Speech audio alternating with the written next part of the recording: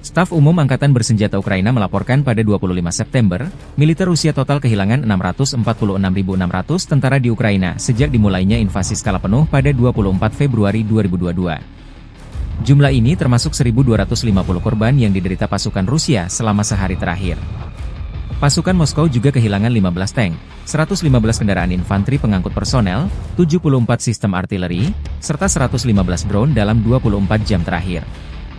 Menurut laporan militer tersebut, pasukan Vladimir Putin juga total kehilangan 8.815 tank, 17.304 kendaraan tempur lapis baja, 25.248 kendaraan dan tangki bahan bakar, 18.549 sistem artileri, 1.199 sistem roket peluncur ganda, 952 sistem pertahanan udara, 369 pesawat terbang, 328 helikopter, 15.879 pesawat tanpa awak, 28 kapal dan perahu, dan 1 kapal selam.